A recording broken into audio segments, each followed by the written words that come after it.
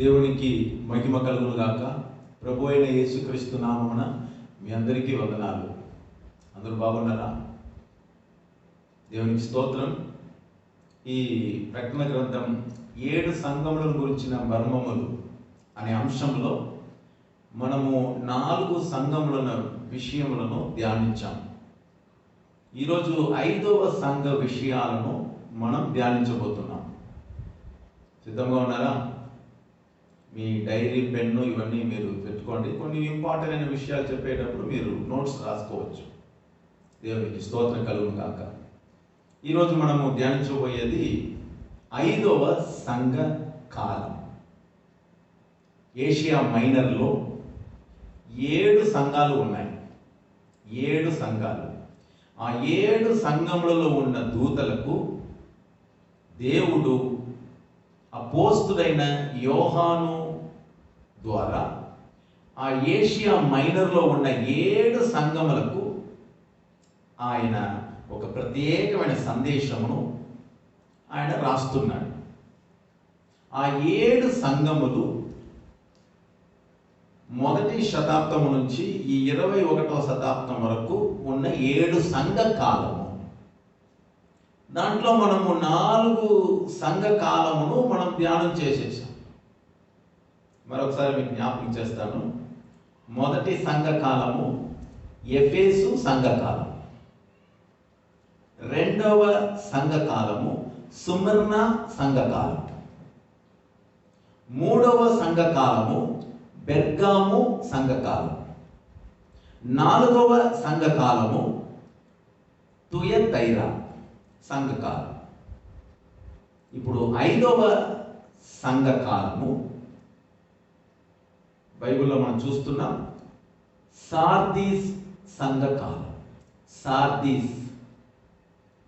ఆ సంఘకాలమునకు ప్రభువైన యేసుక్రీస్తు అపోస్తుడైన యోహాను ద్వారా ఏ సందేశమును చెప్పాడు, ప్రశంసములు ఏమి చెప్పాడు, ఖండితమైన విషయాలు ఏమి చెప్పాడు, జయించు వానికి దేవుని యొక్క బహుమానం ఏమిటి, ఆ సంఘకాలమున అంటే సార్దీసు సంఘకాలంలో ఉన్న విశ్వాస వీరులు ఎవరు, ఆ సంఘకాలం అంటే సార్దీసు పట్టణం, దాని డీటెయిల్, దాని యొక్క కాలం, వీటన్నిటినీ మనం ఏం చేయబోతున్నాం? ఈరోజు చదవబోతున్నాం. రెడీగా ఉన్నారా? మీకు అది ఆశీర్వాదకరంగా ఉందా? మీకు ఆశీర్వాదకరంగా ఉన్నట్లయితే మీ ఫీడ్బ్యాక్ మాకు కావాలి. యూట్యూబ్లో మీకు మీ స్పందన, మాకు ఈ విషయాలు బాగుంది అని మీరు స్పందించండి. మీరు స్పందిస్తేనే కదా నాకు తెలిసేది. సరే, దేవునికి స్తోత్రం. ఈ 7 సంఘ కాలములలో ఉన్న విషయాలన్నిటినీ నేను చెప్పట్లేదు. దేవుడు నాకు తెలియపరిచిన విషయాలు మీతో నేను పంచుకుంటున్నాను. ఇంకా చాలా విషయాలు ఉన్నాయి. అన్నిటినీ మనం ఈ ఒక్క క్లాస్లోనే మనం అన్ని నేర్చుకోలేము. బైబిల్ అనేది సముద్రం లాంటిది. దానిలోనికి మనం పోతే లోతైన విషయంలో అనేక మర్మాలు మనకు వస్తాయి. సో దేవునికి స్తోత్రం. మనం క్లుప్తముగా కొన్ని విషయాలు తెలుసుకొని 6వ సంఘకాలం కడాన 7వ సంఘకాలం మనము ముగించుతాం. అంతలోపల లాక్డౌన్ కూడా ముగించబడుతుంది. ఆమేన్, హల్లెలూయా.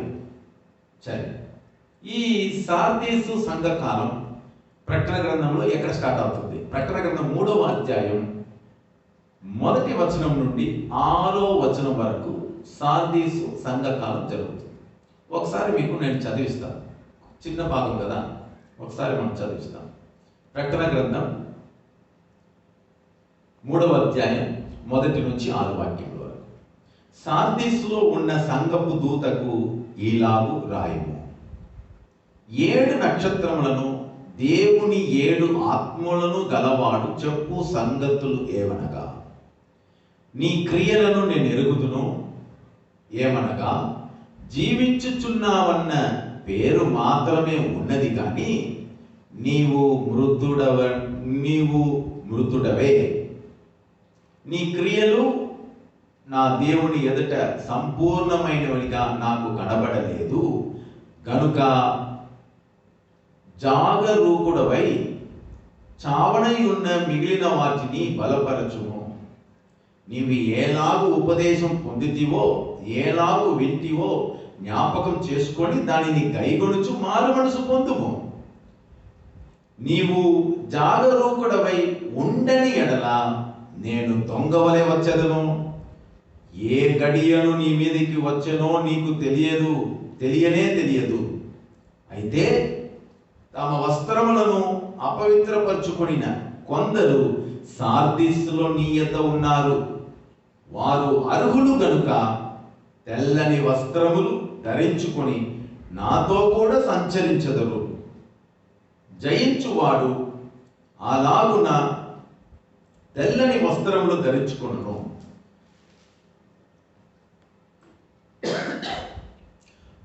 జీవ గ్రంథములో నుండి అతని పేరు ఎంత మాత్రమును తుడుపు పెట్టక నా తండ్రి ఎదుటను ఆయన దూతల ఎదుటను అతని పేరు ఒప్పుకొందును. 6వ వచనం చివరిగా, సంగములతో ఆత్మ చెప్పుచున్న మాట చెవి గలవాడు వినును గాక. తర్వాత ఫిలదెల్ఫియాలో సంఘ దూతకు యోహాను రాస్తున్నాడు. ఓకే, చదివేసినాం. ఇప్పుడు దాని డీటెయిల్గా మనం చూద్దాం. సార్దీసులో ఉన్న సంఘపు దూత. సార్దీసులో అంటే ఆ సమయంలో యోహాను రాసేటప్పుడు సార్దీసు పట్టణంలో ఉన్న క్రైస్తవ సంఘములో ఉన్న క్రైస్తవ ఉపదేశకులకును, కాపురులకును, అపోస్తలులకును, ప్రవక్తలకును, సువార్తికులకును దేవుడు చెప్పే మాట. వారికే దేవుడు చెప్తున్నాడు మాట. సంఘాన్ని వారే కదా కాయిచున్నారు, సంఘాన్ని నడిపించే నాయకుడు కదా, కాబట్టి సంఘపు దూతకు. సో ఫస్ట్ 7 నక్షత్రములను దేవుని 7 ఆత్మలను గలవాడు చెప్పు సంఘం. ఈ సార్దేశు సంఘమునకు యేసయ్య తను ఎట్లా కనబరుచుకుంటున్నాడంటే 7 నక్షత్రములను దేవుని 7 ఆత్మలను గలవాడు అని అంటున్నాడు. 7 అన్న సంఖ్యము పరిపూర్ణతకు సాదృశ్యం.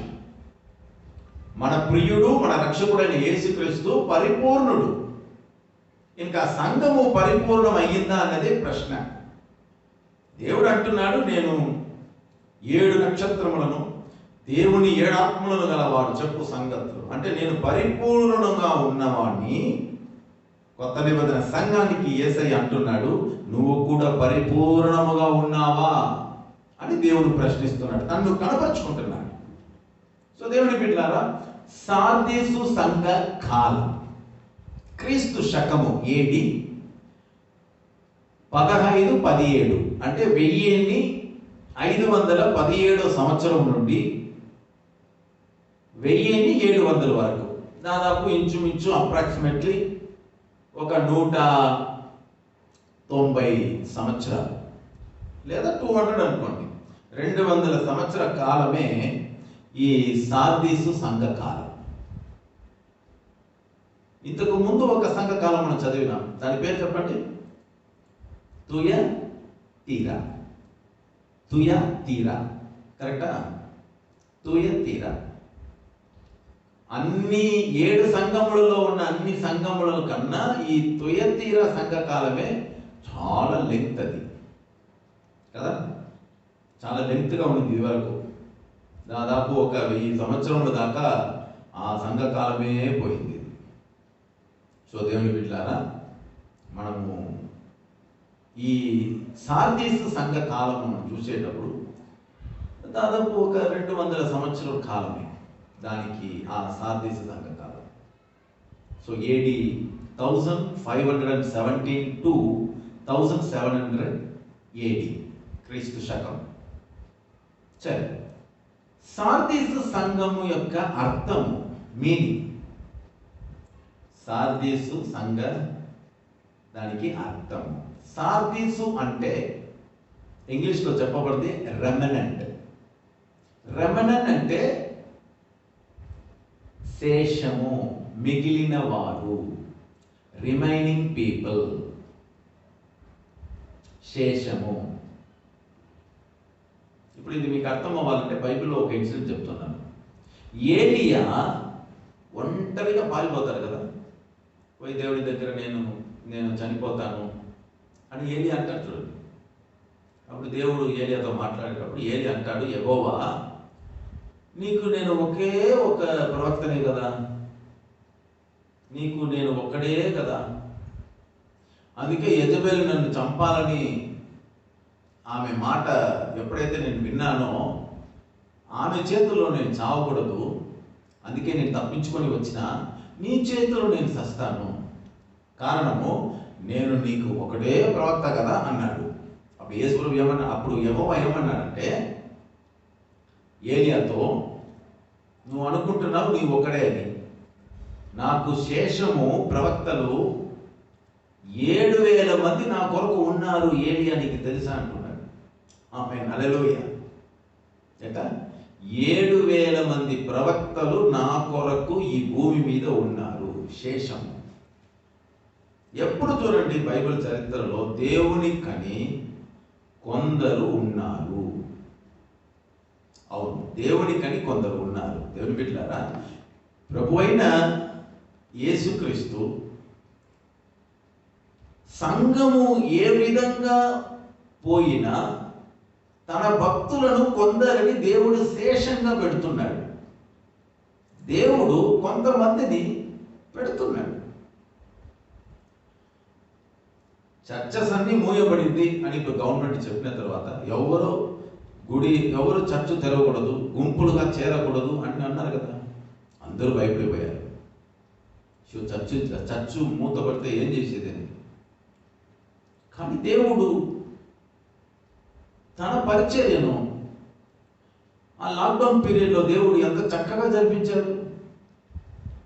మనకు ఏదేది అవసరమో అన్ని దేవుడు ఫాస్టింగ్ ప్రేయర్ జరిపించాడు, ఆరాధన జరిపించాడు, ప్రేయర్ మీటింగ్ జరిపించారు, యూత్ మీటింగ్ జరిపించారు, బైబిల్ క్విజ్ జరిపించారు. ఏది జరిపించలేదు చెప్పండి. ఇంకా ముందు వస్తుంది ఇంకా కొన్ని కార్యక్రమాలు. ప్రతి వాటిని లాక్డౌన్లో దేవుడు విజయవంతముగా జరిపిస్తున్నాడు. అర్థం చేసుకోండి, సంఘమును ఎవరు నాశనం చేయలేరు, సాతానుడు సంఘమును ఏమీ చేయలేడు. శేషం, రెమినెంట్. సార్దీసు అని అంటే మిగిలిన వారు, తెలుగులో శేషం, రిమైనింగ్ అని అర్థం. నోట్ రాసుకోండి, రిమైనింగ్, శేషము, మిగిలిన అంటే మిగిలిన యేసు ప్రభు కని ఉత్తమమైన నమ్మకమైన విశ్వాసులు సార్దీసు సంఘములలో దేవుడు ఉంచి ఉన్నాడు. ఆయన కోసం సంఘములలో కొంతమంది వైరాగ్యం కలిగిన విశ్వాసులను దేవుడు ఉంచి ఉన్నాడు. అదే రెమినెంట్. ఈ సార్దీసు సంఘానికి ఒక పేరు ఉంది, the reformation church. Reformation church రాసుకోండి. సార్దీసు సంఘమును ఎలా పిలుస్తున్నాం మనము? The reformation church. అంటే దేవుడి బిడ్డలారా, తప్పించుకొని వచ్చిన వారు ఈ సంఘములలో ఉన్నారు. తప్పించుకొని వచ్చిన వారు ఈ సంఘములలో ఉన్నారు. సార్దీస్ అంటే అర్థం ఏమిటంటే those who have escaped. those who have escaped. Corona virus తాకకుండా స్వచ్ఛమైన వారు ఈ భూమి మీద ఉన్నారు. కొన్ని కోట్ల మంది ఉన్నారు. ఆ వైరస్ తాకని వారు, ఆ వైరస్ ఎవరిని పట్టని వారు, ఆ వైరస్కి ఎస్కేప్ అయిన వారు, ఆ లిస్ట్లో మనం ఉన్నాం. హల్లెలూయా చెప్పండి, హల్లెలూయా. మనము కరోనా వైరస్ మన మీద రాకుండా మనల్ని దేవుడు ఏం చేశాడు? తప్పింప చేశాడు. సార్దీస్ అంటే దోస్ హూ హ్యావ్ ఎస్కేప్డ్, తప్పించుకొనిన వారు అని అర్థం. ఈ సంఘానికి పేరు ద రీఫార్మేషన్ చర్చ్. ఈ సంఘమును దేవుడు ఏం చేస్తున్నాడు? రీఫార్మేషన్ చేస్తున్నాడు. అంటే ఎట్లా రీఫార్మేషన్? చెడిపోయిన సంఘమును, చచ్చిపోయిన సంఘమును మరలా దేవుడు పునర్జీవనం ఇచ్చే సంఘం. దట్ ఈస్ కాల్డ్ రీఫార్మేషన్ సంఘం, చర్చ్. రీఫార్మేషన్. తుయతీర సంఘం మనం ఏం చేసాం? రోమన్ కథోలిక్ చర్చ్ అని చూసాం. Roman Catholic church. ఆ మాదిరిగా ఒక్కొక్క పీరియడ్లో ఒక్కొక్క సంఘము. ఇప్పుడు సార్దీస్ సంఘము రీఫార్మేషన్ అవుతుంది. అంటే చచ్చిపోయిన బతుకులో ఉండింది. విగ్రహ ఆరాధన, వ్యభిచారము, రోమన్ కథోలిక్ ప్రభావితం, వీటన్నిటిలో చిక్కుకొని చచ్చినట్టుగా ఉంది. అందుకే యేసుప్రభువు అంటున్నాడు, నువ్వు మృతుడవే. మొదటి వచనంలో లాస్ట్లో చూడండి, జీవించుచున్నావన్న పేరు మాత్రమే నీకు ఉన్నది కానీ నీవు మృతుడవే, నువ్వు చచ్చిపోయిన వాడే. సంఘం చచ్చిపోతుందా? చావదు సంఘము. కానీ యేసయ్య అంటున్నాడు, నువ్వు చచ్చినట్టుగా ఉన్నావు. కానీ కొందరిని దేవుడు ఏం చేస్తున్నాడు, ఆ చచ్చిపోయిన బతుకులో దేవుడు తనకంటూ శేషము, రెమనెంట్, మిగిలిన వారిని దేవుడు తన కోసం పెట్టి ఉన్నాడు. ఇప్పుడు వారు ఏం చేస్తున్నారు? వారు రీఫార్మేషన్, వారు ఇప్పుడు ఆ సహవాసమును జీవింప చేయబోతున్నారు. అదే సార్దీస్ సంఘం. తుయతీరా సంఘములలో పాపము విచ్చలవిడిగా తుయతీరా సంఘంలో జరిగింది. మనం చూసాం కదా, బిలాము యొక్క ఉపదేశము, యెజబేలు యొక్క వ్యభిచారం, వీటన్నిటిలో నుండి తప్పించుకొని పరిశుద్ధముగా ఉన్న కొందరు ఉన్నారు. They are called remnant. వారు తప్పించుకొని వచ్చిన వారు. వీళ్ళని పెట్టుకొని దేవుడు ఏం చేస్తున్నాడు? సంఘాన్ని నూతన పరుస్తున్నాడు. వావ్, దేవునికి స్తోత్రం. ఏ కరోనా వైరస్ను సంఘమును ఏం చేయలేదు, చంపలేదు. ఏ గవర్నమెంట్ కూడా కొత్త నిబంధన సంఘాన్ని ఏమీ చేయలేదు. కావాలంటే మీరు నోట్ చేసుకోండి. ఈ యొక్క క్వారంటైన్ పీరియడ్, ఈ లాక్డౌన్ పీరియడ్ అయిన తర్వాత సంఘం ఎంత బలంగా నడుస్తుందో మీరు చూడండి. రెట్టింపుతో సంఘము ఎస్టాబ్లిష్ అవుతుంది, ఇంకా బలంగా పెరుగుతుంది. కావాలంటే మీరు రాసుకోండి. నేనేం ప్రవచించట్లేదు, బైబిల్లో ఉంది ఇది. సంఘమునకు ఉపద్రవం వచ్చేటప్పుడు దాని యొక్క వేగం మీరు చూడండి. విశ్వాసులలో వేగం చూడండి, విశ్వాసులలో భక్తి చూడండి, విశ్వాసములలో దేవుని కోసం వైరాగ్యం చూడండి. Yes, remnant. తుయతీరా సంఘ కాలములలో సహవాసం పూర్తిగా చెడిపోయి చచ్చిపోయినట్టుగా ఉన్న దానిని యేసయ్య రీఫార్మేషన్ చేస్తున్నాడు. సో కాబట్టి సార్దీస్ అంటే దోస్ హూ హ్యావ్ ఎస్కేప్. ఎక్కడ నుంచి వాళ్ళు ఎస్కేప్ అయినారు, అది ఇంపార్టెంట్ కదా. ఎక్కడ నుంచి వారు ఎస్కేప్ అయ్యారు, తప్పించుకొని వచ్చారు, రాసుకోండి. ఎక్కడ నుండి సంఘము లేదా విశ్వాసు తప్పించుకొని వచ్చింది? Question mark. ఇప్పుడు 3 పాయింట్స్ చెప్తున్నా. నంబర్ 1, బెర్గాము సంఘకాలం నుండి. బెర్గాము సంఘకాలం మీరు రాయాలి. బెర్గాము సంఘకాలం నుండి బిలాము ఉపదేశము నుండి తప్పించుకొని వచ్చిన వారు శేషము. సార్దీస్ సంఘకాలంలో ఇప్పుడు ఉన్న విశ్వాసులు, వారు బెర్గాము సంఘకాలం, 3వ సంఘకాలం, బెర్గాము సంఘకాలంలో ఉన్న బిలాము ఉపదేశం నుండి తప్పించుకొని వచ్చిన వారు శేషము. నంబర్ 2, తుయతీరా సంఘకాలము నుండి యెజబేలు ఉపదేశము నుండి తప్పించుకొని వచ్చిన వారు. యెజబేలు ఉపదేశం, యెజబేలు పాపము ఇవన్నీ పోయిన తుయతీరా సంఘకాలంలో డీటెయిల్గా మనం చదివాము. పోపులు ఎలా వచ్చారు, బిషపులు ఎలా వచ్చారు, కార్డినల్స్ ఎలా వచ్చారు, పోపుకి ఏ అధికారం ఇవ్వబడింది, మంచి పోపులు ఎవరు, చెడ్డ పోపులు ఎవరు అని డీటెయిల్గా తుయతీరా సంఘకాలంలో చదివినాం కదా. ఎస్, బలంగా రోమన్ కథోలిక్ కదా, రోమన్ కథోలిక్ ఆ యొక్క మతం సంఘాన్ని పాడు చేసింది. దాంట్లో నుండి తప్పించుకొని వచ్చిన వారు. సెకండ్ పాయింట్, తుయతీరా సంఘ కాలంలో యెజబేలు ఉపదేశము నుండి తప్పించుకొని వచ్చిన వారు సార్దీస్ సంఘ కాలంలో ఉన్నారు. That is remnant, remaining people. Number 3, ఈ బెర్గాము మరియు తుయతీరా సంఘ కాలములలో విగ్రహారాధన చేసిన రోమన్ కథోలిక్ సంఘము నుండి, సహవాసము నుండి తప్పించుకొని వచ్చిన వారు. రోమన్ కథోలిక్ సహవాసం బలంగా పుంజుకునేది ఎప్పుడు? తుయతీర సంఘ కాలంలో. అది మనం డీటెయిల్గా చదివాం, తుయతీర సంఘ కాలంలో కదా. తుయతీర సంఘ కాలములలో రోమన్ కథోలిక్ భయంకరంగా బలంగా ఫౌండేషన్ వేసి అన్నీ మారింది. బైబిల్ చదవకూడదు, మరియమ్మను దేవుడుగా పూజించడము, సిలువ గుర్తును పూజించడము, ఇలాంటి పాప కార్యములన్నీ రోమన్ కథోలిక్ సంఘ కాలంలోనే భయంకరంగా జరిగింది, తుయతీర సంఘ కాలం. దాని నుండి వీళ్ళు తప్పించుకొని వచ్చారు. అంటే విగ్రహ ఆరాధన నిండి ఉన్న రోమన్ కథోలిక్ చర్చ్ నుండి తప్పించుకొని వచ్చిన వారే సార్దీస్ సంఘ విశ్వాసులు. ఆమేన్, హల్లెలూయా, దేవునికి స్తోత్రం కలుగును గాక. ఇప్పుడు మీరు గమనించండి, సార్దీస్ సంఘమును గురించి నేను చెప్తున్నాను. సార్దీస్ సంఘం అంటే సార్దీస్ ఎక్కడ ఉంది? ఏషియా మైనర్లో ఉంది. ఇప్పుడు ఉన్న టర్కీ, మిడిల్ ఈస్ట్ కంట్రీ, ఆ ప్రాంతంలో, టర్కీ అనే ప్రాంతంలో దానికి దగ్గర ఉండే పట్టణమే సార్దీసు పట్టణం. యాక్చువల్గా ఇది సార్దీసు పట్టణం పేరు అది. ఆ పట్టణంలో యేసు ప్రభువును నమ్ముకున్న క్రైస్తవ సంఘం, అందుకే సార్దీసు సంఘం. ఇప్పుడు పాకాల సంఘం అని అంటే పాకాల సంఘము కాదు, పాకాల అంటే ఒక చిన్న టౌన్, అది ఆ టౌన్లో ఉన్న క్రైస్తవ సంఘం అట్లా. ఇప్పుడు ఆ యొక్క సిటీ, అది ఆ పట్టణం గురించి కొన్ని ఇన్ఫర్మేషన్ మీరు రాసుకునే వాళ్ళు రాసుకోండి.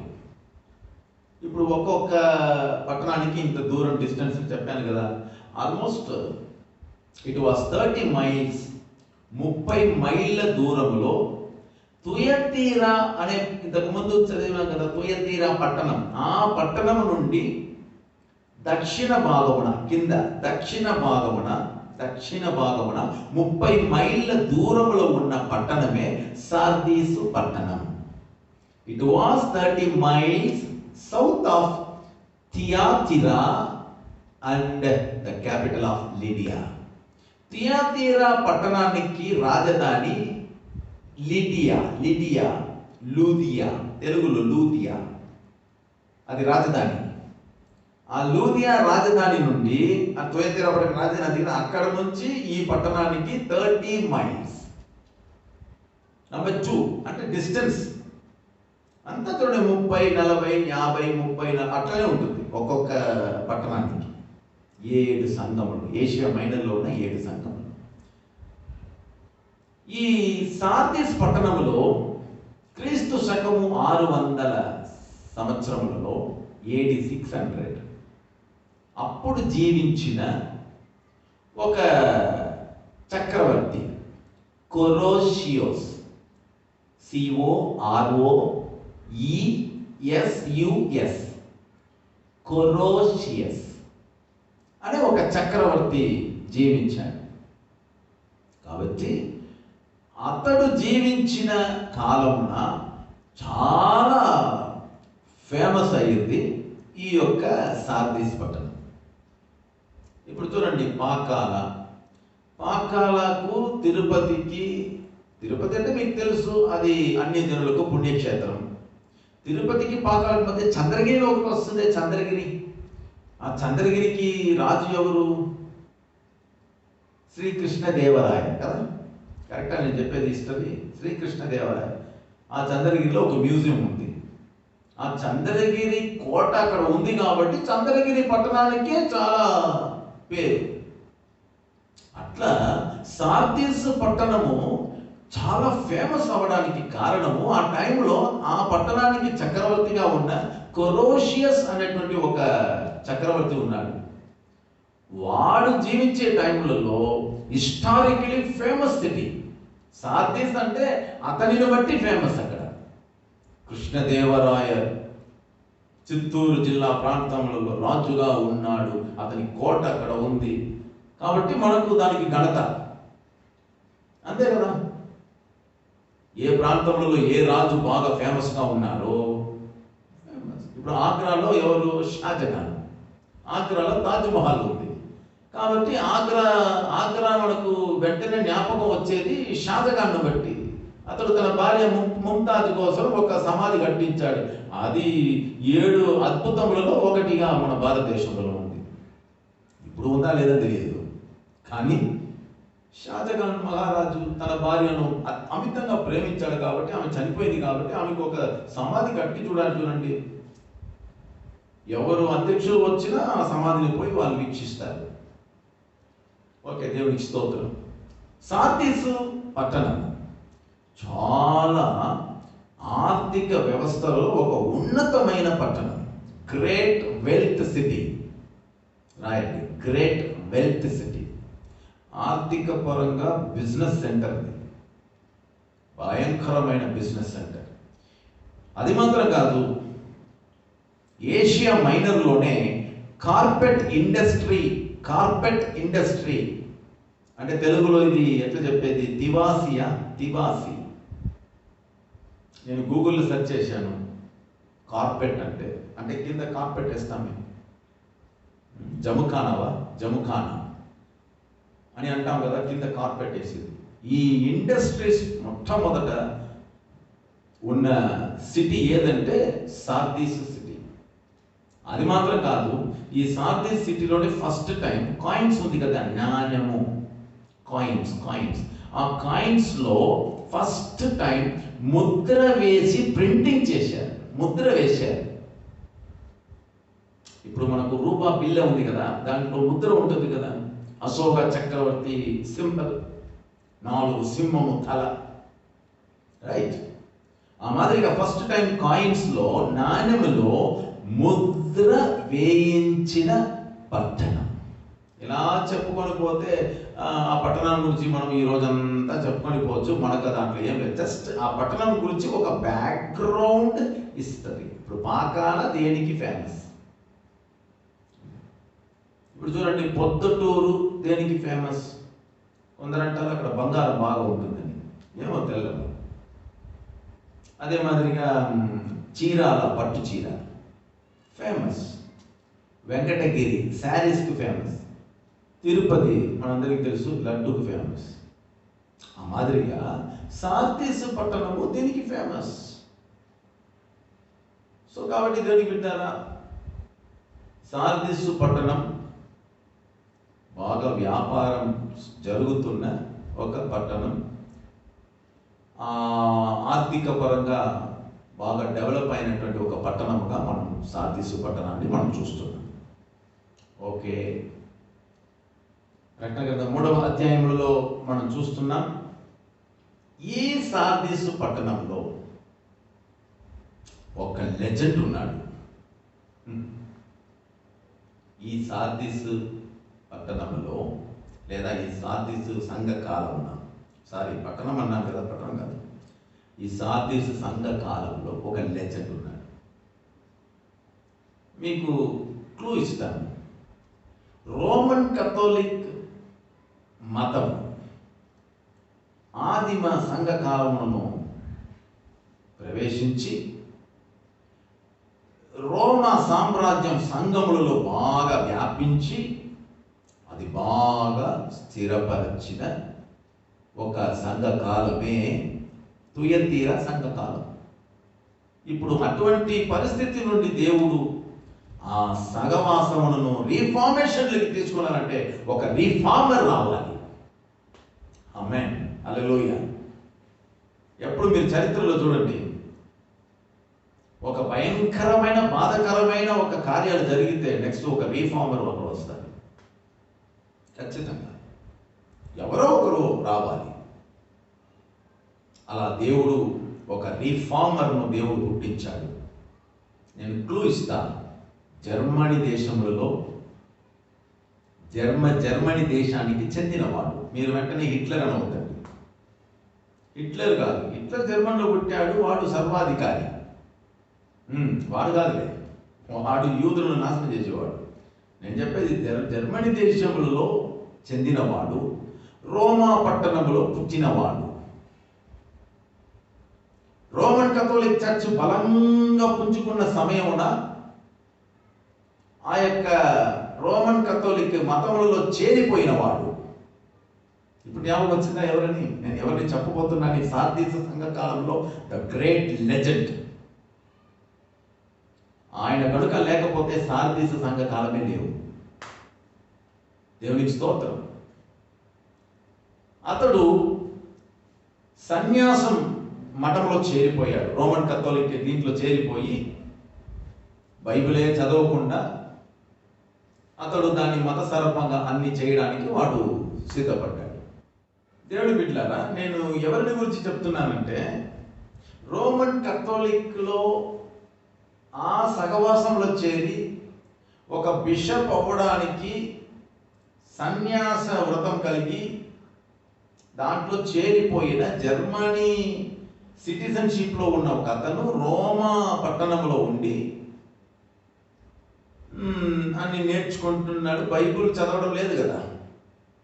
అప్పుడు ఉన్న పోప్ ఒక అతను, మీకు తెలుసు కదా, తొయతీర సంఘ కాలంలో పోపుల గురించి చెప్పాను. దాంట్లో ఇన్నసెంట్ ఒక అతను ఉన్నాడు కదా, ఇన్నసెంట్ పోప్ ఇన్నసెంట్. వాడు ఏం చేశాడు? బైబిల్ ఎవరు ముట్టుకోకూడదని అన్నాడు. కాబట్టి బైబిల్ చదవడం చాలా కష్టం. కాబట్టి ఇప్పుడు ఈ వ్యక్తి ఉన్నాడే, ఇతను ఒకసారి లైబ్రరీ తుడవడానికి పోయాడు. లైబ్రరీ తుడుస్తూ ఉంటే ఒక న్యూ టెస్టమెంట్ కొత్త నిబంధన గ్రంథం పుస్తకం ఒకటి దొరికింది. అది దొరికింది, అబ్బా బైబిల్ దొరికింది, దానిని మనం చదువుదామని చెప్పి లాటిన్ భాషలో ఉన్న ఆ లాటిన్ భాషలో ఉన్న ఆ బైబిల్ను తీసి ఇలా పేపర్ను తిప్పితే, ఇప్పుడు నేను తిప్పినట్టు ఇట్లా మెల్లగా ఆయన తిప్పినాడట బైబిల్ను. అలా తిప్పితే ఆయనకు ఒక వాక్య భాగం దొరికింది. దేవుడు చూపించాడు. అది ఏమిటి అంటే, రోమీయులకు రాసిన పత్రిక 1వ అధ్యాయం 17వ వచనం ఆయనకు కనబడింది. అది కూడా చూడండి, బైబిల్లో ఒక వాక్యం. అంతవరకు బైబిల్ చదివేది లేదు. వాళ్ళు ఏదో పూజలు, మాసు, అది ఇది వాళ్ళు ఇష్టం వచ్చినట్టు చేసే పూజలు, బలులు ఇవన్నీ వాళ్ళు చేసినట్టుగా చేశారు. పాప క్షమాపణ కావాలంటే వాళ్ళ దగ్గర పోయి పాప క్షమాపణ పొందుకోవాలి. వాళ్ళు ఇది పలానా మంత్రము, పలానా ప్రార్థన ఇది అని వాళ్ళు చెప్పేది అంతా. ఇలా ఉండే సమయంలో అతనికి దొరికింది రోమా 1:17. చూడండి బైబిల్లో రోమా 1:17 ఏముంది? నీతిమంతుడు విశ్వాస మూలముగా జీవించును అని రాయబడిన ప్రకారం విశ్వాస మూలముగా అంతకంతకు విశ్వాసం కలుగునట్లు దేవుని నీతి దాని యందు బయలుపరచబడి ఉన్నది. విశ్వాస మూలముగా నీతిమంతుడు జీవించును అన్న వాక్యాన్ని చూశాడు. ఇప్పుడు చెప్పండి, ఎవరు ఆయన? Martin Luther. సార్దీసు సంఘ కాలములలో ద గ్రేటెస్ట్ లెజెండ్ ఎవరంటే మార్టిన్ లూథర్.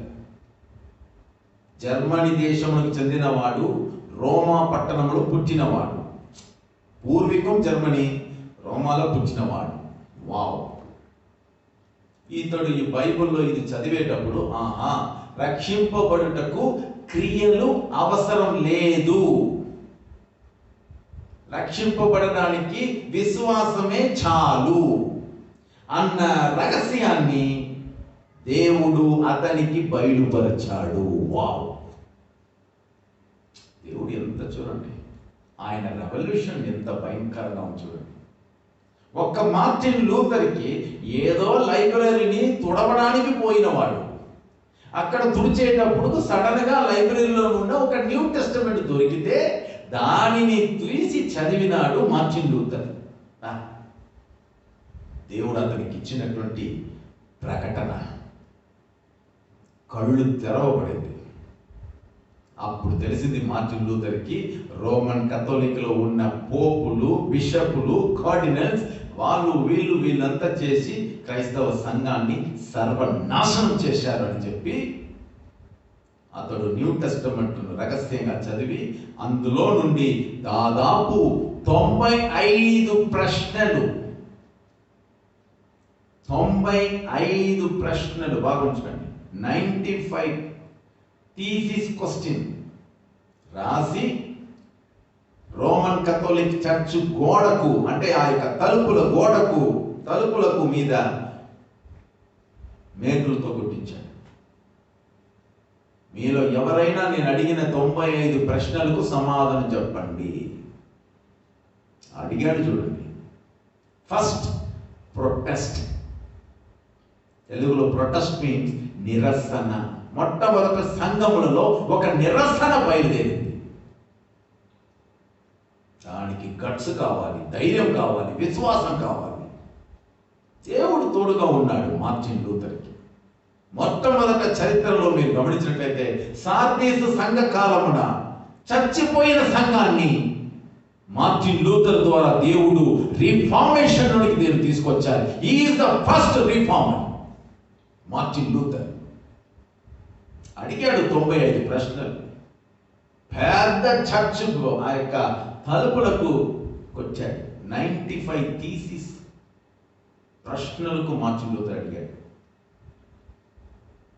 దేవుడు అతనికి ఇచ్చినటువంటి గొప్ప దర్శనం.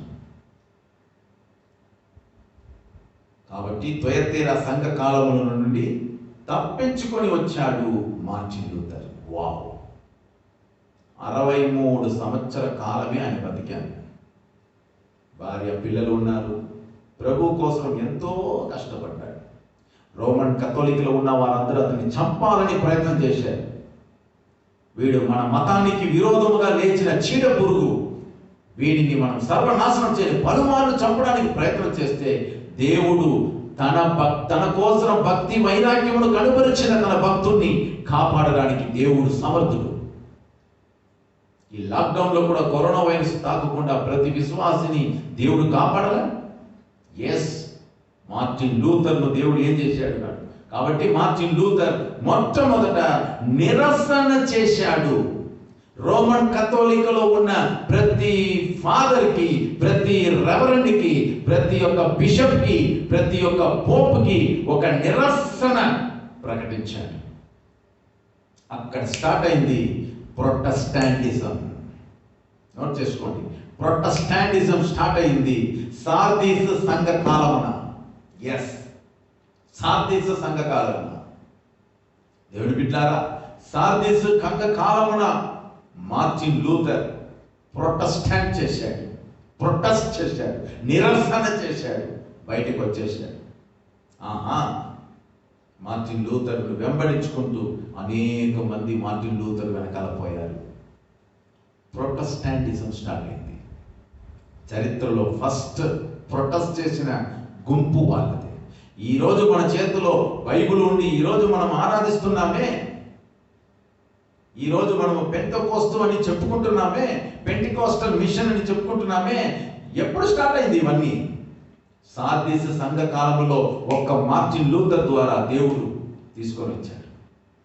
He is the first reformer. మొట్టమొదట దేవుడు తప్పించుకొని అతనిని తీసుకొచ్చాడు బయటికి. అతనిని బట్టి ఒక పెద్ద గుంపే పోయింది. వాళ్ళు స్టార్ట్ చేసిందే ప్రొటెస్టాంటిజం. ఆమేన్, హల్లెలూయా. దేవునికి స్తోత్రం కలుగును గాక.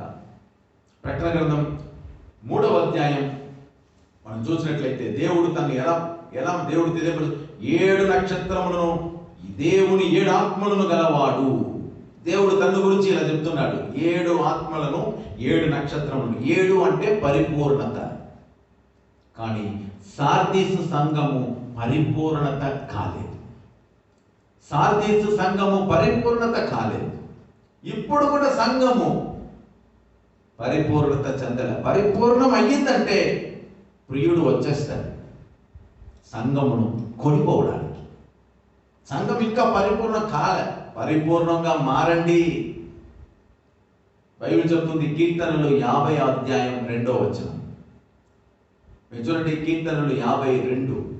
బైబిల్ ఏం చెప్తుంది? కీర్తనలు 52లో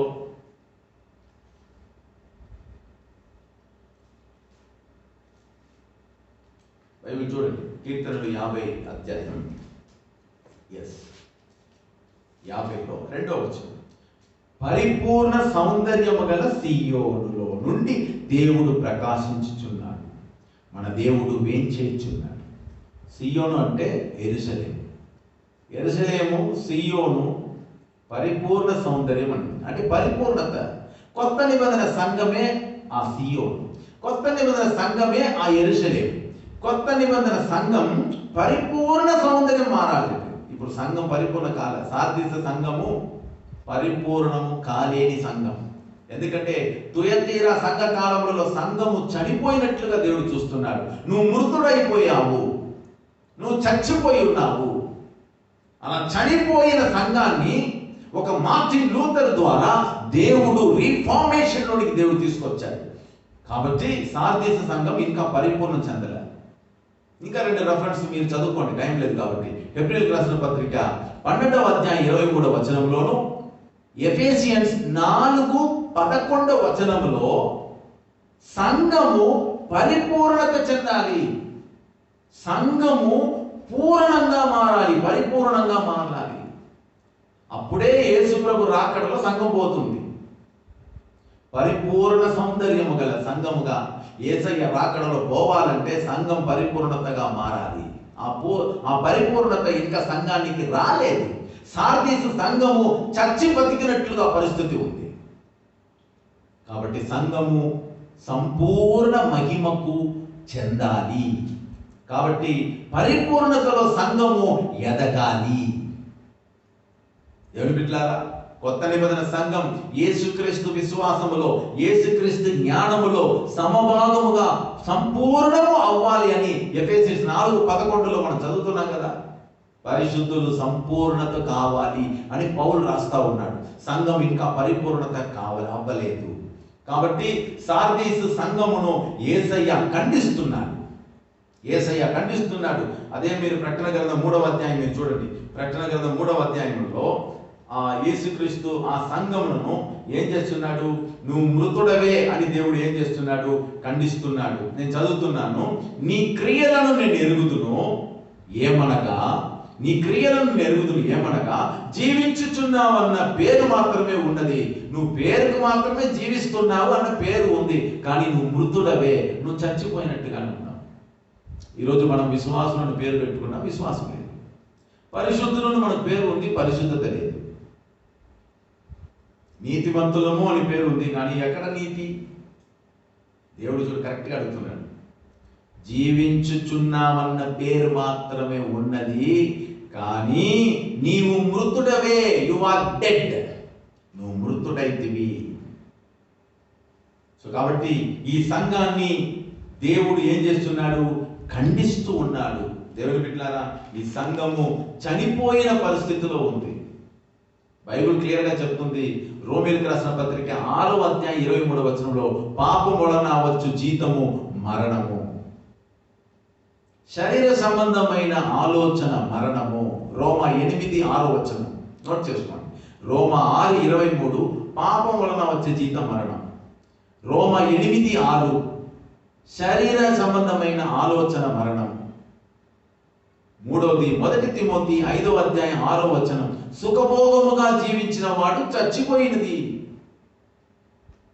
సార్దీసు సంఘమును దేవుడు చూస్తున్నాడు. అయ్యో, బెర్గాము సంఘకాలము నుండి, తుయతీరా సంఘకాలము నుండి, ఇదిగో ఇప్పుడు సార్దీసు సంఘము చచ్చిపోయిన పరిస్థితిలో వచ్చింది. అలా చచ్చిపోయిన పరిస్థితిలో ఉండడానికి కారణం ఏమిటి? యెజబేలు ఉపదేశం, బిలాము యొక్క ఉపదేశం, విగ్రహ ఆరాధన. మరి సంఘం ఎట్లా బతుకుతుంది? సంఘం నాశనం అయిపోయింది. ఎస్. కాబట్టి దేవుడు యేసు ప్రభు యోహాను ద్వారా సార్దీస సంఘమును దేవుడు ఏం చేస్తున్నాడు? ఖండిస్తున్నాడు, హెచ్చరిస్తున్నాడు. ఇప్పుడు ఈ సంఘానికి మన ప్రభువు ఇచ్చే ఆలోచన, హెచ్చరిక రాసుకోండి.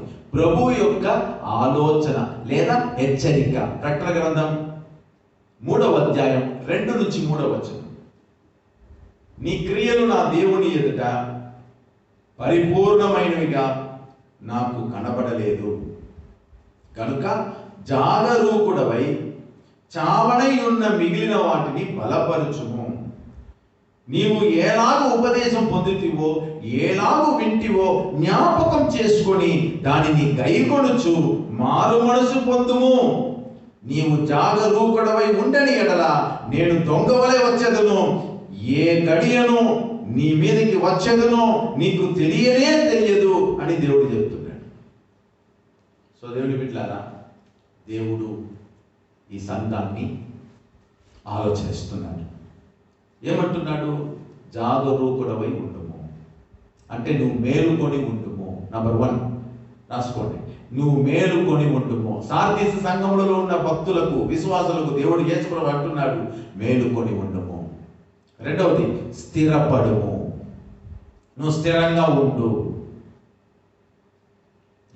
నువ్వు స్థిరంగా ఉండు. దేవుని బిడ్డలారా, స్థిరంగా ఉండాలి. మనందరికీ తెలుసు, కుమారుణ్ణి గలవాడే జీవము గలవాడు. యేసయ్యను ఎవరైతే కలిగి ఉన్నారో వారికే జీవం ఉంది. సో కాబట్టి ప్రభువైన యేసుక్రీస్తు మనకు ఆలోచన ఇస్తున్నాడు. మారు మనసు పొందు అంటున్నాడు. మారు మనసు పొందు. అందుకే మనం 3వ వచనం చూస్తున్నాం. నీవు ఏలాగు ఉపదేశం పొందితివో, ఏలాగు వింటివో జ్ఞాపకం చేసుకొని దానిని కైకొనుచు మారు మనసు పొందుము. చూడండి, మారు మనసు పొందు అని దేవుడు ఆలోచిస్తున్నాడు. అలా అంటున్నాడు, జాగరూకుడవై ఉండని ఎడల నేను దొంగవలే వచ్చేదను. దేవుడు ఏం చేసిన ఆలోచిస్తున్నాడు. నువ్వు జాగరూకుడవై అంటే మేలుకొని ఉండాలి. ఆత్మీయతలో మేలుకొని ఉండాలి. యేసుప్రభువు అన్నాడు, నేను దొంగవలే వస్తానన్నాడు. ఇప్పుడు దొంగ మన ఇంటికి దొంగతనం చేయడానికి వచ్చేటప్పుడు నీ నిద్రపోయినావంటే దోచుకునిపోతాడు. నువ్వు యేసుక్రీస్తు దొంగవలే వచ్చేటప్పుడు నువ్వు మేలుకొని ఉంటే దేవుడు నిన్ను తీసుకుని పోతాడు. నువ్వు నిద్రపోయినావంటే నువ్వు విడవబడతావు. ఖచ్చితంగా నువ్వు విడవబడతావు. కాబట్టి సార్దీసు సంఘము ఇప్పుడు ఎట్లాంటి పరిస్థితిలో ఉందంటే చచ్చిపోయిన పరిస్థితిలో ఉంది, కానీ ప్రాణం పోలే. ఈ సంఘము ఐసీయూలో ఉంది. Intensive care unit. హాస్పిటల్లో మామూలుగా సాధారణ జనరల్ వార్డు ఉంది. కొంచెం సీరియస్ పేషెంట్లను ఎక్కడ చేరుస్తారు? ఐసీయూలో చేరుస్తారు. ముమ్మరమైన జబ్బులు పర్యవేక్షక గది, దాని పేరు ఏమిటి? ICU, intensive care unit. దాని లోపల ఎవరు పోలేరు. డాక్టర్లు, నర్సు మాత్రమే పోగలరు. Visitors not allowed. ఐసీయూలో విజిటర్స్ నాట్ అలౌడ్. ఇప్పుడు కొత్త నిబంధన సంఘము ఐసీయూలో ఉంది. సార్దీసు సంఘము ఐసీయూలో ఉంది. చచ్చినట్టుగా ఉంది. ఎప్పుడు ప్రాణం పుడుస్తుందో అని. ప్రాణం పోదు, కానీ యేసు ప్రభు ఆ యొక్క ముమ్మరమైన జబ్బులు పర్యవేక్షక గదిలో ఈ సంఘాన్ని పెట్టాడు. ఇప్పుడు ఈ సంఘము ఏం కావాలి? బతకాలి. అందుకే మార్టిన్ లూథర్ ఏం చేశాడు? వచ్చాడు. Is the reformer. దేవుడి దగ్గర నుంచి రోమీయులకు రాసిన పత్రిక 1వ అధ్యాయం 17వ వచనములలో ఆ ఒక్క వచనములలో మార్టిన్ లూథర్ను దేవుడు ఎలా మార్చాడు చూడండి. హల్లెలూయా, దేవునికి స్తోత్రం కలుగును గాక. సో మార్టిన్ లూథర్ దేవుడు లేపాడు సార్దీసు కాలంలో. మర్చిపోవద్దండి. ఒక్కొక్క సంఘ కాలంలో ఒక్కొక్క ఛాంపియన్ ఉన్నారు, కొంతమంది ఛాంపియన్స్ ఉన్నారు. కాబట్టి ఈ సంఘానికి యేసు ప్రభు చెప్పే ఆ యొక్క సవాల్, ఛాలెంజ్, ఏం సవాల్ చెప్తున్నాడు ఆయన? 3 ఛాలెంజ్ ఆయన ఇస్తున్నాడు. చూడండి, చదవండి. ప్రకటన గ్రంథం 3వ అధ్యాయం 5వ వచనం. జయించువాడు అలాగున తెల్లని వస్త్రములు ధరించుకొనును, జీవ గ్రంథములో నుండి అతను పేరు ఎంత మాత్రమును తుడిచిపెట్టక నా తండ్రి ఎదుటను ఆయన దూతల ఎదుటను అతని పేరు ఒప్పుకొందును. 3 కార్యాలు చెప్తున్నాడు. మీరు రాసుకోండి.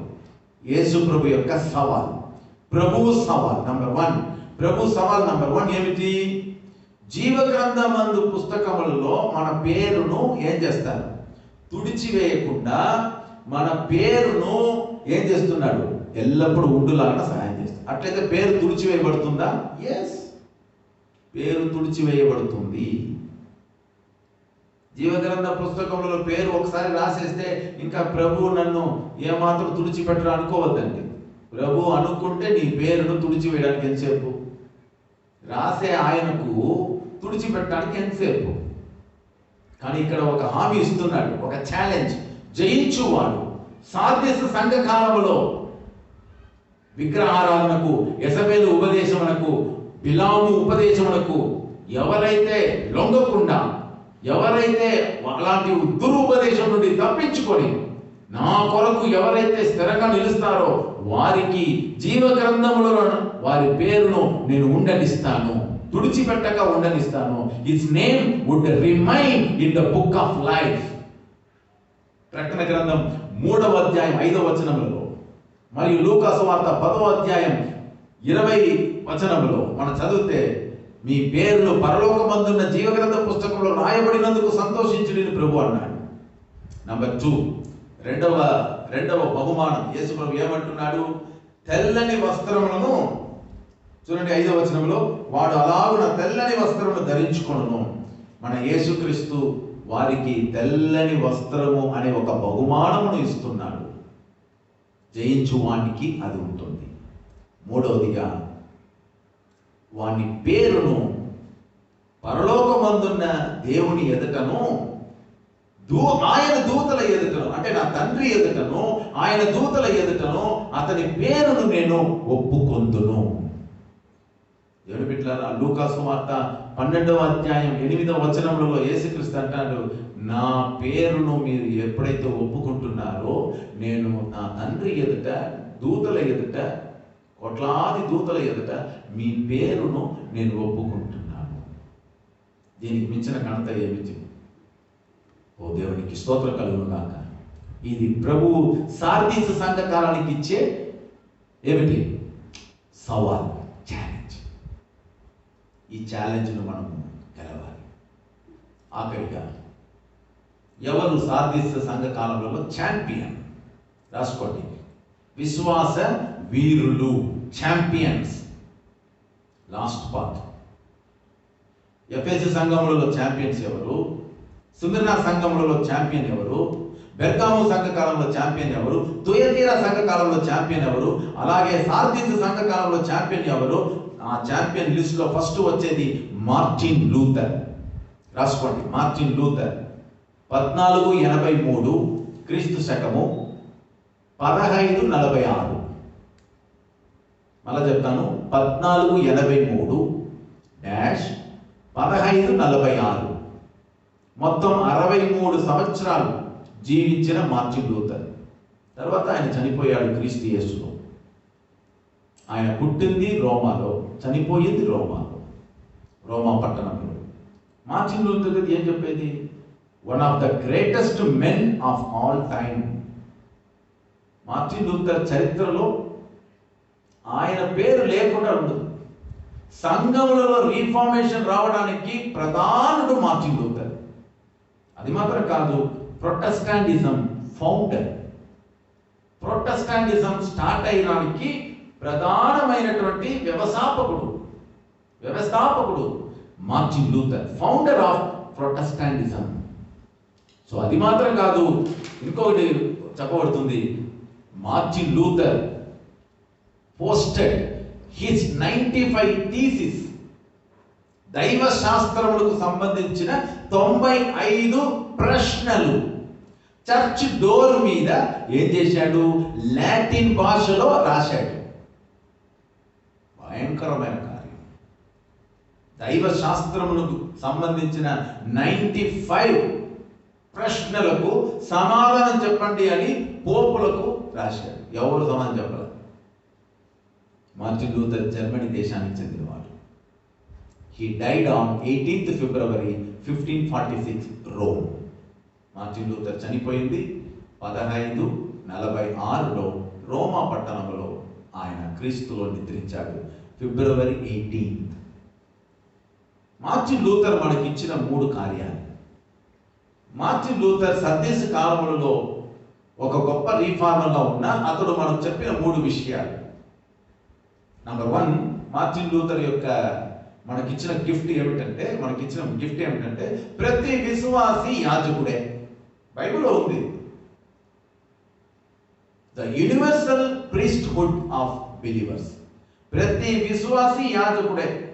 ఇంతకు ముందు యాజకుడు ఎవరు? పోపులు. వాళ్ళే బలిపీఠం మీద నిలబడాలి, వాళ్ళే ప్రసంగం చేయాలి, వాళ్ళే అన్ని చేయాలి. నో. ప్రతి ఒక్కరిని, మనల్ని, సంఘాన్ని యాజక సమూహం అని బైబిల్ చెప్తుంది. రక్షింపబడిన దేవుని యొక్క విశ్వాసులు ప్రతి ఒక్కరూ యాజకుడే. మనమందరము యాజకులమే. Number 1. Number 2, the Bible is the sole authority for the Christian faith. క్రైస్తవ విశ్వాసానికి సోల్ అథారిటీ, క్రైస్తవ విశ్వాసానికి sole foundation of authority Bible. కాబట్టి బైబిల్ ప్రతి ఒక్కరూ చదవాలి. మార్టిన్ లూథర్ ఎప్పుడైతే వచ్చాడో తర్వాత కొత్త నిబంధన సంఘము బైబిల్ చదవడానికి ప్రారంభించారు. హల్లెలూయా చెప్పండి. హల్లెలూయా. ఈరోజు మీరు బైబిల్ చదువుతున్నారా? చదవాలి. మూడవది, justification is by faith alone and not by works. మనం నీతిమంతులు అయ్యేది విశ్వాసం ద్వారానే, క్రియల ద్వారా కాదు అన్న విషయాన్ని చెప్పాడు మార్టిన్ లూథర్. ఇది 3 చాలా important. Number 1, the universal priesthood of believers. Number 2, the Bible is the sole authority for the church faith. Number 3, justification is by faith alone not by work. క్రియల ద్వారా నీతిమంతులు కాలేరు. నంబర్ 2, రెండవ ఛాంపియన్ ఎవరంటే John Calvin. John Calvin, CALVIN, John Calvin. ఆయన 1509 to 1564 కాల సంవత్సరంలో జీవించాడు. Greatest theologian of the Christian faith. క్రైస్తవ విశ్వాసానికి ఒక గొప్ప దైవ శాస్త్ర నిపుణుడు. Famous name John Calvin. గూగుల్లో సెర్చ్ చేయండి. జాన్ కాల్విన్ అంటే మీకు ఫోటోలతో సహా ఆయన బయోగ్రఫీ, ఆయన హిస్టరీ మొత్తం వికీపీడియాలో వస్తుంది. John Calvin. అది మాత్రం కాదు. Number 3, John Knox. Knox spelling KNOX. John Knox Scotland దేశానికి చెందినవాడు. స్కాట్లాండ్. 1515 అంటే 1515 to 1572 పీరియడ్ లో ఉన్నవాడు జాన్ నాక్స్. అతడు ఎవరు? రీఫార్మర్. సార్దీస్ సంఘ కాలంలో అతడు ఒక రీఫార్మర్. ఇతను జాన్ కాల్విన్ యొక్క అనుచరుడు, follower of John Calvin. John Calvin ఇంతకు ముందు చెప్పాను కదా, గ్రేటెస్ట్ థియాలజియన్. అతని యొక్క అనుచరుడు, శిష్యుడు. దేవునికి స్తోత్రం కలుగును గాక. జాన్ కాల్విన్ అతడు greatest theologian of the Christian faith. క్రైస్తవ విశ్వాసమునకు ఒక గొప్ప దైవ శాస్త్ర నిపుణుడు జాన్ కాల్విన్. ఈ జాన్ కాల్విన్ మనము చూస్తున్నాం. అతడు 1509 అంటే 1509 సంవత్సరం నుండి 1564 సంవత్సరం కాలములో జీవించిన వాడు జాన్ కాల్విన్. మీరు ఈ పేర్లన్నీ మీరు కొడితే మీకు కరెక్ట్గా గూగుల్ మీకు ఇన్ఫర్మేషన్ ఇస్తుంది, ఆ యొక్క హిస్టరీ మొత్తం. సో మూడవదిగా మనం చూస్తున్నాం, మూడవ ఛాంపియన్ ఎవరంటే జాన్ నాక్స్. ఈ జాన్ నాక్స్ అన్నవాడు స్కాట్లాండ్ దేశంలో చెందినవాడు. ఆయన ఒక రీఫార్మర్. అంటే ఆ యొక్క సార్దీస్ సంఘ కాలములలో అతడు కూడా జాన్ కాల్విన్ యొక్క అనుచరుడుగా, శిష్యుడుగా ఆ యొక్క సంఘమును పునర్జీవనం కలిగి ఉండడానికి ఒక ప్రధాన వ్యక్తి జాన్ నాక్స్. అతడు కూడా ఒక రీఫార్మర్. ఆఖరిగా నాలుగవది రోజర్ విలియమ్స్. అతడు ఒక ఛాంపియన్. ఎట్లాంటి ఛాంపియన్? సార్దీస్ సంఘ కాలంలో ఒక భయంకరమైన కార్యం చేసిన వాడు, విశ్వాస వీరుడు. అందుకే ప్రకటన గ్రంథం జయించు వానికి, వీళ్ళంతా జయించిన వాళ్ళు. రోజర్ విలియమ్స్ మీరు చూసినట్లయితే 1604 సంవత్సరం నుండి 1684 సంవత్సర కాలంలో జీవించిన రోజర్ విలియమ్స్ మొట్టమొదట బ్యాప్టిస్ట్ చర్చ్ అమెరికా దేశంలో ఇతడే ప్రారంభించాడు. He founded the first Baptist church in America. America దేశంలో ఫస్ట్ బ్యాప్టిస్ట్ చర్చ్ కనిపెట్టిన వాడు ప్రారంభించిన వాడు వ్యవస్థాపకుడు, ఫౌండర్ అంటాం కదా. ఈ రోజుల్లో మన ఆంధ్ర రాష్ట్రంలో బ్యాప్టిస్ట్ చర్చ్లు ఉన్నాయి. బ్యాప్టిస్ట్ చర్చ్లో ఉన్న వాళ్ళందరికీ ఇప్పుడు నేను చెప్పేది బాగా తెలుసు. Roger Williams is the one of the champion. దేవుని బిడ్డలారా, సార్దీస్ సంఘకాలంలో ఇంకా ఎందరో ఛాంపియన్స్ ఉన్నారు. ఇంకా వాళ్ళందరి పేర్లు మనం ఇప్పుడు రాయలేము, మనకు తెలియదు కూడా. ఒక 4 పేర్లు మీకు చెప్పాను. ఆ 4 పేర్లు Martin Luther, John Calvin, John Knox, Roger Williams. ఇందులో Roger Williams is very important. Baptist church founder. అతడు అమెరికా దేశంలో బ్యాప్టిస్ట్ చర్చ్ను ఆయన వ్యవస్థాపకుడుగా చేశాడు. దేవుని బిడ్డలారా, సార్దీస్ సంఘ కాలంలో ఒక్క మార్టిన్ లూథర్ను దేవుడు లేపాడు. కాబట్టి రీఫార్మేషన్ పుట్టింది. సార్దీస్ సంఘకాలం మనకు జ్ఞాపకం తెచ్చేది రీఫార్మేషన్ చర్చ్. శేషము కొందరు దేవుడు తన కోసం ఉన్నారు, వారిని పెట్టుకొని దేవుడు సంఘాన్ని కాపాడతాడు. ప్రైజ్ ది లార్డ్, హల్లెలూయా. ఇప్పుడు కూడా చూడండి, సంఘము మూతపడితే సంఘం చనిపోయిందా? సంఘము బతికి ఉంది. సంఘం బతికి ఉంది, సజీవంగా ఉంది. సంఘం ఆరాధిస్తుంది, సంఘం ప్రార్థిస్తుంది. సంఘము అన్ని కార్యములు మునుపు కంటే ఈ క్వారంటైన్ పీరియడ్లో సంఘము సజీవముగా ఇంకా బ్రహ్మాండంగా జరుగుతూ ఉంది. ఆమేన్. దేవునికి స్తోత్రం కలుగును గాక. ఇంకా చూడండి, ఈ క్వారంటైన్ పీరియడ్ కంప్లీట్ అయినగానే సంఘం ఎంత స్పీడ్గా పోతుందో. సంపూర్ణంగా సాగిపోదాం. సార్దీస్ సంఘ కాలంలో నేర్చుకున్నాం. నెక్స్ట్ మనమందరం కూడా ఫిలడెల్ఫియా సంఘ కాలంలో మనం మీట్ అవుతాం. God bless you.